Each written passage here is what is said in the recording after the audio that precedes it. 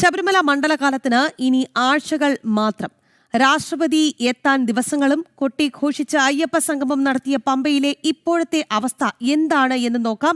വിവരങ്ങളുമായി പമ്പയിൽ നിന്ന് ആർ രാജീവ് ചേരുന്നുണ്ട്. രാജീവ്, ഈ മണ്ഡല മകരവിളക്ക് കാലത്തിന് ഇനി ദിവസങ്ങളും ആഴ്ചകളും മാത്രമാണ് ബാക്കിയുള്ളത്.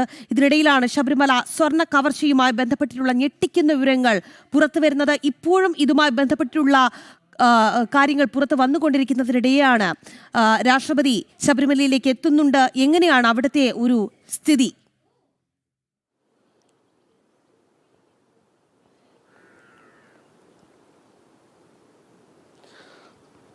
രഘി, ശബരിമല മണ്ഡലകാലം തുടങ്ങാൻ ഇനി ശേഷിക്കുന്നത് 5 ആഴ്ച മാത്രമാണ്. ഞാനിപ്പോൾ നിൽക്കുന്നത് ശബരിമലയിലെ പമ്പാ നദീ തീരത്തെ അയ്യപ്പ സംഗമം സർക്കാർ നടത്തിയ ആ തീരത്ത് തന്നെയാണ്. ഇവിടെ യാതൊരു തരത്തിലുള്ള അടിസ്ഥാന സൗകര്യങ്ങളും ഒരുക്കിയിട്ടില്ല എന്നാണ് ഇവിടെ നമുക്ക് പരിശോധിച്ചാൽ മനസ്സിലാക്കാൻ കഴിയുന്നത്.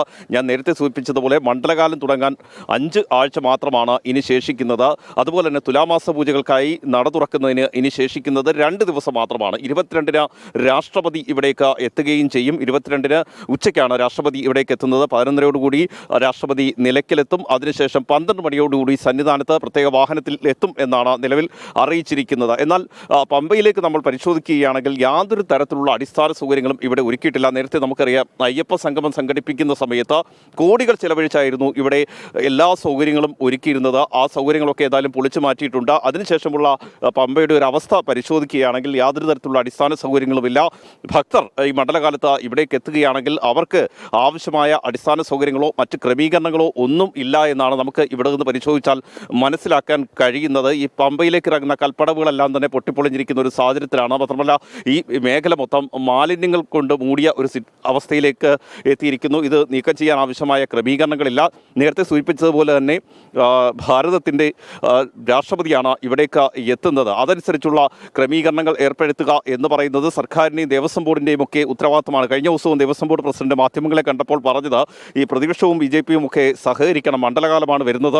അതുകൊണ്ട് തന്നെ ഈ സ്വർണ്ണക്കടത്തുമായി ബന്ധപ്പെട്ട വിവാദങ്ങൾ, പ്രതിഷേധങ്ങളൊക്കെ ഉണ്ടാക്കുമ്പോൾ ഭക്തർക്ക് അടിസ്ഥാന സൗകര്യങ്ങൾ ഒരുക്കാൻ ദേവസ്വം ബോർഡുമായി സഹകരിക്കണമെന്നായിരുന്നു കഴിഞ്ഞ ദിവസവും ദേവസ്വം ബോർഡ് പ്രസിഡന്റ് മാധ്യമങ്ങളോട് പറഞ്ഞത്. മാത്രമല്ല, രാഷ്ട്രപതി എത്തുന്ന സാഹചര്യത്തെക്കുറിച്ചും അദ്ദേഹം വിശദീകരിച്ചിരുന്നു. എന്നാൽ രാഷ്ട്രപതി എത്താൻ ഇനി ശേഷിക്കുന്നത് ഏതാനും ദിവസങ്ങൾ മാത്രമാണെന്നിരിക്കെയാണ് ഈ പമ്പയിലെ ശോചനീയമായ അവസ്ഥ നമുക്ക് പ്രേക്ഷകർക്ക് മുന്നിലേക്ക് എത്തിക്കേണ്ടി വരുന്നത്. മാത്രമല്ല, തുലാമാസ പൂജകൾക്കായി 17-ന് നട തുറക്കും. അപ്പോഴും ധാരാളം തീർത്ഥാടകർ ഇവിടേക്ക് എത്തുന്നുണ്ട്. ഓരോ മാസപൂജകൾക്കും ധാരാളം തീർത്ഥാടകർ ഇവിടേക്ക് എത്തുന്നുണ്ട്. എന്നാൽ അവർക്ക് ആവശ്യമായി എന്ത് അടിസ്ഥാന സൗകര്യങ്ങളുണ്ട് എന്ന ചോദ്യത്തിന് ഒന്നും ഇവിടെ ഒരുക്കാൻ ദേവസ്വം ബോർഡിനോ സർക്കാരിനോ കഴിഞ്ഞിട്ടില്ല എന്ന വസ്തുതയാണ് നിലനിൽക്കുന്നത്. മാത്രമല്ല, 5 ആഴ്ച കൂടി കഴിയുമ്പോൾ മണ്ഡലകാലം എത്തുകയാണ്. ഈ മണ്ഡലകാലത്തിലേക്ക് കടക്കുമ്പോൾ പോലും ഇവിടേക്ക് എത്തുന്ന തീർത്ഥാടകർ, കോടാനുകോടി തീർത്ഥാടകർ ഇവിടേക്ക് എത്തും. അവർക്ക് ആവശ്യമായ എന്ത് സൗകര്യം എന്ന ചോദ്യത്തിനും ദേവസ്വം ബോർഡിന് കൃത്യമായ മറുപടിയില്ല. ഇപ്പോഴും അവർക്ക് ആവശ്യമായ ശുചിമുറികളോ മറ്റ് സംവിധാനങ്ങളോ ഒക്കെ ഒരുക്കുന്നതിൽ ദേവസ്വം ബോർഡ് പരാജയപ്പെട്ടിരിക്കുന്നു എന്ന് തന്നെ നമുക്ക് പറയേണ്ടി വരും. ഇവിടെ ഈ ക്യൂ കോംപ്ലക്സ് നിർമ്മിച്ചിട്ടുണ്ടെങ്കിൽ പോലും അവിടെയും യാതൊരു തരത്തിലുള്ള അടിസ്ഥാന സൗകര്യങ്ങളുമില്ല. കുടിവെള്ളത്തിനുള്ള സൗകര്യങ്ങൾ പോലും ഇവിടെ ഏർപ്പെടുത്തിയിട്ടില്ല എന്നാണ് നമുക്ക് പറയാൻ കഴിയുന്നത്. മാത്രമല്ല, ഞാൻ നേരത്തെ സൂചിപ്പിച്ചതുപോലെ പുണ്യനദിയായ പമ്പ, ആ പമ്പയുടെ അവസ്ഥ പോലും വളരെ ദയനീയമാണ്. മാലിന്യങ്ങൾ കൊണ്ട് നിറയുന്ന ഒരു സാഹചര്യത്തിലേക്ക് എത്തിയിരുന്നു. നേരത്തെ ദേവസ്വം കമ്മീഷൻ ഉൾപ്പെടെ, ദേവസ്വം സ്പെഷ്യൽ കമ്മീഷൻ ഉൾപ്പെടെ ഇടപെട്ടുകൊണ്ട് ഈ പമ്പയിലേക്ക് മാലിന്യങ്ങൾ ഒഴുക്കുന്നത് തടയണമെന്ന് ആവശ്യപ്പെട്ടിരുന്നു. ഹൈക്കോടതി ഈ വിഷയത്തിൽ ഇടപെട്ടിരുന്നെങ്കിലും അതിനും ആവശ്യമായ നടപടികൾ ഇതുവരെ സർക്കാരിൻ്റെ ഭാഗത്തു നിന്നോ ദേവസ്വം ബോർഡിൻ്റെ ഭാഗത്തു നിന്നോ സ്വീകരിച്ചിട്ടില്ല എന്നാണ് നമുക്ക് ഇവിടെ നിന്ന് പരിശോധിക്കുമ്പോൾ മനസ്സിലാക്കാൻ കഴിയുന്നത്. ഏതായാലും ഇനി മണ്ഡലകാലം ആരംഭിക്കാൻ 5 ആഴ്ച ശേഷിക്കുമ്പോൾ തന്നെ രാഷ്ട്രപതി ഇവിടേക്ക് എത്തുന്നത് 22-നാണ്. 22-ന് ഉച്ചയ്ക്ക് 11:30-ക്കാണ് നിലയ്ക്കൽ ഹെലികോപ്റ്റർ മാർഗം എത്തുക. അതിനുശേഷം സന്നിധാനത്തേക്ക് എത്തും. 12 മണിയോടുകൂടി സന്നിധാനത്തേക്ക് എത്തും എന്നാണ് നമുക്ക് മനസ്സിലാക്കാൻ കഴിയുന്നത്. ദർശനത്തിന് ശേഷം ഉച്ചയ്ക്ക് സന്നിധാനത്ത് തന്നെ വിശ്രമിച്ച രാഷ്ട്രപതി 3 മണിയോടുകൂടി തിരികെ മടങ്ങുകയും ചെയ്യും. തിരികെ ഹെലികോപ്റ്റർ മാർഗം തിരുവനന്തപുരത്തേക്കാണ് മടങ്ങുന്നത്. ഏതായാലും ഇപ്പോൾ നമ്മൾ പമ്പയിലേക്ക് എത്താനുണ്ടായ ഒരു സാഹചര്യം ഇത് തന്നെയാണ്. ഇവിടെയുള്ള അടിസ്ഥാന സൗകര്യങ്ങൾ എന്തൊക്കെയുണ്ട്? ഈ അയ്യപ്പ സംഗമം സംഘടിപ്പിക്കുന്ന സമയത്ത് സർക്കാർ പറഞ്ഞത് ഈ പമ്പയുടെയും അതുപോലെ തന്നെ സന്നിധാനത്തിൻ്റെയും സമഗ്രമായ വികസനം ഉറപ്പുവരുത്തുന്നതിന് വേണ്ടിയാണ് ഇത്തരമൊരു അയ്യപ്പ സംഗമം സംഘടിപ്പിക്കുന്നത് സംഘടിപ്പിക്കുന്നത് എന്നാണ്. മാത്രമല്ല ആ അയ്യപ്പ സംഗമത്തോടനുബന്ധിച്ച് വിവിധ പദ്ധതികൾ ഇവിടെ നടപ്പാക്കുമെന്ന് പ്രഖ്യാപിച്ചിരുന്നു. എന്നാൽ അതുമായി ബന്ധപ്പെട്ട കാര്യങ്ങൾ പരിശോധിക്കുകയാണെങ്കിൽ യാതൊന്നും നടപ്പാക്കാൻ ദേവസ്വം ബോർഡ് ഇപ്പോഴും ശ്രമിക്കുന്നില്ല എന്നതാണ് വസ്തുത. യാതൊരു തരത്തിലുള്ള അടിസ്ഥാന സൗകര്യങ്ങൾ ഇവിടെ ഒരുക്കാനുള്ള ശ്രമം നടക്കുന്നില്ല. അയ്യപ്പ സംഗമത്തിന് വേണ്ടി, യഥാർത്ഥ ഭക്തർക്ക് വേണ്ടിയല്ല അയ്യപ്പ സംഗമം എന്നുകൂടിയാണ് ഇതിൽ നിന്ന് തെളിയുന്നത്. നമുക്ക് ഈ കൽപ്പടവുകളൊക്കെ നോക്കിക്കഴിഞ്ഞാൽ മനസ്സിലാക്കാൻ കഴിയുന്നതേ ഉള്ളൂ. പൊട്ടിപ്പൊളിഞ്ഞിരിക്കുന്ന ഒരു അവസ്ഥയിലേക്ക് കൽപ്പടവുകൾ എത്തിയിരിക്കുന്നു. ഇത് നന്നാക്കാൻ ഇനി ഏത് സമയത്ത് നന്നാക്കാൻ കഴിയുമെന്ന് ചോദ്യത്തിനും ഉദ്യോഗസ്ഥർക്ക് പോലും മറുപടിയില്ലാത്ത ഒരു സാഹചര്യമാണ് നിലനിൽക്കുന്നത്. ഇതേ അവസ്ഥ തന്നെയാണ് ഈ പമ്പയുടെ തീരങ്ങൾ പരിശോധിച്ചാൽ എല്ലാം മനസ്സിലാക്കാൻ കഴിയുന്നത്. മാലിന്യങ്ങൾ കുന്നുകൂടി കിടക്കുന്ന ഒരു അവസ്ഥയിലേക്ക് ഈ പമ്പയുടെ തീരങ്ങളൊക്കെ എത്തിയിരിക്കുന്നു എന്നതാണ് ഏറ്റവും പ്രധാനപ്പെട്ട ഒരു കാര്യം. ഏതായാലും ഇത് വളരെ ഭക്തരെ സംബന്ധിച്ച് വളരെ നിരാശാജനകമായി, വളരെ വേദനയുണ്ടാക്കുന്ന കാര്യമായി തന്നെ ഇതിനെ കാണേണ്ടി വരും. ശബരിമലയിൽ സ്വർണ്ണക്കടത്തൊക്കെ യഥേഷ്ടം ഇങ്ങനെ നടക്കുമ്പോഴാണ് ഈ രീതിയിൽ ഭക്തർക്ക് അടിസ്ഥാന സൗകര്യങ്ങൾ ഒരുക്കാതെ ദേവസ്വം ബോർഡും സർക്കാരും ഒഴിഞ്ഞു മാറുന്നത്. രാജീവ്, ഈ അയ്യപ്പ സംഗമം, അവരുടെ ആളില്ലാ സംഗമം നടത്താൻ കോടികളാണ് ചെലവഴിച്ചത്. അവിടെ ഒരു അടിസ്ഥാന സൗകര്യം വികസിപ്പിക്കാൻ അല്ലെങ്കിൽ അടിസ്ഥാന സൗകര്യം ഒരുക്കാൻ കോടിക്കണക്കിന് രൂപയൊന്നും ആവശ്യമില്ല. പമ്പയുടെ അവസ്ഥ ഇതാണ് എങ്കിൽ ഇടത്താവളങ്ങളിലെ അവസ്ഥയൊന്നും നമുക്ക് എടുത്തു പറയേണ്ട സാഹചര്യം പോലുമില്ല.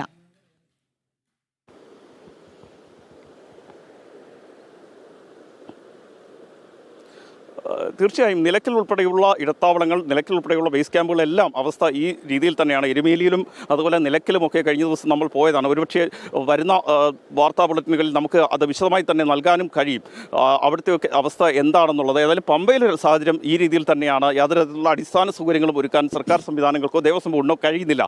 അവിടെയാണ് നമ്മൾ നേരത്തെ പറഞ്ഞ കാര്യങ്ങൾ ചർച്ച ചെയ്യേണ്ടത്. ജർമ്മൻ സാങ്കേതികവിദ്യ ഉപയോഗിച്ചുകൊണ്ടുള്ള പന്തൽ നിർമ്മിക്കുന്നു. ഏകദേശം 3 കോടി രൂപയ്ക്കടുത്ത് ചിലവഴിച്ചുകൊണ്ടാണ് അയ്യപ്പ സംഗമം സംഘടിപ്പിക്കുന്നത്. സർക്കാരിൻ്റെ കണക്കാണ് 3 കോടി എന്ന് പറയുന്നത്. നമുക്ക് പരിശോധിക്കുകയാണെങ്കിൽ അതിനുമൊക്കെ അപ്പുറത്തേക്ക് കോടികൾ ചെലവഴിച്ചുകൊണ്ടാണ് അയ്യപ്പ സംഗമം സംഘടിപ്പിക്കുന്നത്. എന്നാൽ ഈ അയ്യപ്പ സംഗമത്തിന് ശേഷം ഈ പമ്പാ നദീതീരത്തെ പൂർണ്ണമായും സർക്കാർ കൈയൊഴിഞ്ഞിരിക്കുന്നു എന്നതാണ് നമുക്ക് കാണാൻ കഴിയുന്നത്. കാരണം വളരെ വേദനയുണ്ടാക്കുന്ന രീതിയിലാണ് ഈ പരിസരം നമ്മൾ വീക്ഷിച്ചാൽ നമുക്ക് മനസ്സിലാക്കാൻ കഴിയുന്നത്. കാരണം മാലിന്യങ്ങൾ കൊണ്ട് മൂടിയ ഒരു അന്തരീക്ഷം. നേരത്തെ പമ്പ ഇങ്ങനെ ആയിരുന്നില്ല. പമ്പയുടെ തീരങ്ങൾ നേരത്തെ പ്രളയ സമയത്ത് പമ്പയുടെ തീരത്തേക്ക് മണലും മറ്റും അടിഞ്ഞുകൂടിയ ഒരു സാഹചര്യം ഉണ്ടായിരുന്നു. അത് നീക്കം ചെയ്യുന്നതിനാവശ്യമായ നടപടിക്രമങ്ങൾ തുടങ്ങി എന്ന് സർക്കാർ പറയുകയും അതനുസരിച്ച് മണലുൾപ്പെടെ നീക്കം ചെയ്യുകയും ചെയ്തിരുന്നു. ഇതിനുശേഷം പമ്പയെ വീണ്ടും പഴയ രീതിയിലേക്ക് കൊണ്ടുവരും എന്നായിരുന്നു സർക്കാരിൻ്റെ അവകാശവാദം. പലതവണയായി സർക്കാർ ഈ അവകാശവാദങ്ങൾ ആവർത്തിച്ചുകൊണ്ടിരിക്കുകയും ചെയ്തിരുന്നു. പക്ഷേ ഇപ്പോഴത്തെ ഒരു സാഹചര്യം പരിശോധിക്കുകയാണെങ്കിൽ ഇവിടെ എത്തുന്ന തീർത്ഥാടകരെ സംബന്ധിച്ചിടത്തോളം ഈ പമ്പയിലേക്ക് ഇറങ്ങി കുളിച്ച് സന്നിധാനത്തേക്ക് പോകേണ്ട ഒരു സാഹചര്യമുണ്ട്. അതിനാവശ്യമായ ക്രമീകരണങ്ങളാണ് അവർക്ക് വേണ്ടത്. മാളികപ്പുറങ്ങൾ എത്തുകയാണെങ്കിൽ അവർക്ക് വസ്ത്രം മാറാനുള്ള സൗകര്യങ്ങൾ പോലും ഇവിടെ ഇല്ല എന്നതാണ് വസ്തുത. ഞാൻ നേരത്തെ സൂചിപ്പിച്ചതുപോലെ ഇവിടേക്ക് ക്യൂ കോംപ്ലക്സ് നിർമ്മിച്ചിട്ടുണ്ട് എന്നുള്ളതല്ലാതെ അതിനകത്ത് പോലും മതിയായ അടിസ്ഥാന സൗകര്യങ്ങളോ മറ്റോ ഏർപ്പെടുത്തിയിട്ടില്ല എന്നതും വളരെ വലിയൊരു വസ്തുതയായി തന്നെ നിലനിൽക്കുന്നുണ്ട്. ഏതായാലും ഇനി ഞാൻ നേരത്തെ സൂചിപ്പിച്ചതുപോലെ തന്നെ രാഷ്ട്രപതിയുടെ വരവാണ് ഏറ്റവും നിർണായകം. ഈ ഒരു സാഹചര്യത്തിൽ രാഷ്ട്രപതിയുടെ പമ്പയിലേക്ക് എത്തുമ്പോൾ ഒരുപക്ഷെ ഈ അവസ്ഥ എങ്ങനെ മാറ്റിയെടുക്കാൻ കഴിയുമെന്നത് വലിയ ഒരു ചർച്ചയാക്കേണ്ട കാര്യം തന്നെയാണ്. പ്രധാനമായും ഇത്രയും വേഗം ദേവസ്വം ബോർഡോ മറ്റ് സംവിധാനങ്ങളോ ഉണർന്ന് പ്രവർത്തിച്ചില്ലെങ്കിൽ ഈ മാലിന്യ കൂമ്പാരങ്ങൾക്ക് നടുവിലൂടെ രാഷ്ട്രപതിക്ക് കടന്നുപോകേണ്ട ഒരു സാഹചര്യം ഉണ്ടാകും എന്ന കാര്യത്തിൽ ഒരു സംശയമില്ല. രാജീവ്, ഒരുപക്ഷെ മണ്ഡലകാലത്തിന്റെ കാര്യമൊക്കെ അവർ മറന്നുപോയി കാണും. കാരണം അമ്മാതിരിയുള്ള ആരോപണങ്ങളും വിവരങ്ങളുമാണല്ലോ പുറത്തു വന്നുകൊണ്ടിരിക്കുന്നത്. ക്യാപ്സ്യൂൾ ഉണ്ടാക്കുന്ന തിരക്കിലാണ് നമ്മുടെ ദേവസ്വം അധികൃതർ എന്ന് പറയേണ്ടി വരും രാജീവ്.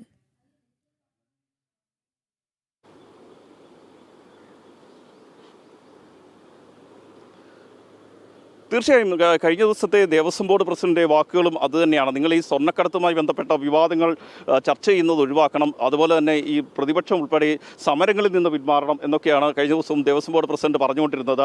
എന്നിട്ട് അദ്ദേഹം പറഞ്ഞത് ഈ മണ്ഡലകാലം അടുത്ത് വരികയാണ്, ഈ മണ്ഡലകാലത്ത് ഭക്തർക്ക് ആവശ്യമായ അടിസ്ഥാന സൗകര്യങ്ങൾ ഒരുക്കേണ്ടതായുണ്ട് എന്ന് ഇങ്ങനെ പറഞ്ഞുകൊണ്ടിരിക്കുന്നു. നമുക്ക് നേരത്തെ സൂചിപ്പിച്ചതുപോലെ തന്നെ ഭക്തർക്ക് അടിസ്ഥാന സൗകര്യങ്ങൾ വേണമെന്നുള്ളത് ദേവസ്വം ബോർഡിന് ഇപ്പോൾ മാത്രം അറിയാവുന്ന കാര്യമല്ല. മണ്ഡലകാലം എന്താണെന്നുള്ളത് നേരത്തെ തന്നെ അറിയാവുന്നതാണ്. അതനുസരിച്ചുള്ള സമഗ്രമായ പദ്ധതികൾ തയ്യാറാക്കേണ്ടത് ദേവസ്വം ബോർഡിൻ്റെ ഉത്തരവാദിത്തമാണ്. പക്ഷേ ഇവിടെ നമുക്ക് കാണാൻ കഴിയുന്നത് അത്തരത്തിലുള്ളൊരു ഉത്തരവാദിത്തം ദേവസ്വം ബോർഡ് നിറവേറ്റിയിട്ടില്ല എന്നാണ്. സർക്കാരോ ദേവസ്വം ബോർഡോ അത് നിറവേറ്റിയിട്ടില്ല. അവിടെയാണ് ഈ അയ്യപ്പ സംഗമം വലിയ രീതിയിൽ ചർച്ചയാവുന്നത്. അയ്യപ്പ സംഗമത്തിൻ്റെ സമയത്ത് പമ്പയിൽ ആവശ്യമായ എല്ലാ ക്രമീകരണങ്ങളും ചെയ്യുന്നു. മാത്രമല്ല ജർമ്മൻ സാങ്കേതികവിദ്യ ഉപയോഗിച്ചുകൊണ്ടുള്ള പന്തൽ നിർമ്മിക്കുന്നു. പക്ഷേ അതിനുശേഷം ഈ അയ്യപ്പ സംഗമം കഴിഞ്ഞതിന് ശേഷം പമ്പയെ പൂർണ്ണമായും ദേവസ്വം ബോർഡും അതുപോലെ തന്നെ സർക്കാരും കൈയൊഴിഞ്ഞിരിക്കുന്നു എന്നതാണ് നമുക്ക് ഇവിടെ നിന്ന് കാണാൻ കഴിയുന്നത്. അത്രത്തോളം ശോചനീയമായ ഒരു അവസ്ഥയിലൂടെ പമ്പാതീരം കടന്നു പോവുകയാണ്. ഈ പമ്പാതീരം പരിശോധിച്ച് കഴിഞ്ഞാൽ നമുക്ക് കാണാൻ കഴിയുന്നതും ആ രീതിയിലുള്ള കാഴ്ചകൾ തന്നെയാണ്. ഏതായാലും വലിയ രീതിയിലുള്ള നിരാശ ഭക്തർക്ക് സമ്മാനിക്കുന്നതാണ് ഈ പമ്പ തീരത്ത് നിന്ന് ഇപ്പോൾ നമുക്ക് കാണുന്ന കാഴ്ചകൾ. അത്ര വലിയൊരു അനാസ്ഥ ദേവസ്വം ബോർഡിൻ്റെ ഭാഗത്തു നിന്നും സർക്കാരിൻ്റെ ഭാഗത്തു നിന്നും ഉണ്ടാകുന്നു. അതും മണ്ഡലകാലത്തിന് ഇനി 5 ആഴ്ച മാത്രം ശേഷിക്കെ തുലാമാസ പൂജകൾക്ക് നട തുറക്കാൻ 2 ദിവസം മാത്രം ശേഷിക്കുകയാണ്. ഇത്തരമൊരു കാഴ്ചകൾ ഇവിടെ നിന്ന് നമുക്ക് റിപ്പോർട്ട് ചെയ്യേണ്ടി വരുന്നത്. രാജീവ്, നമുക്ക് ആ ദൃശ്യങ്ങളിൽ കാണാം ഈ ഉപേക്ഷിച്ച സാധനങ്ങൾ, ഒപ്പം തന്നെ തോർത്ത് മുതലായ സാധനങ്ങളൊക്കെ തന്നെ അവിടെ കിടക്കുകയാണ്. ഒരുപക്ഷെ ഈ അയ്യപ്പ സംഗമം നടത്തിയതിന് ശേഷം അല്ലെങ്കിൽ അതിന്റെ ഒരു പരിണിത ഫലങ്ങളായിരിക്കാം അല്ലേ?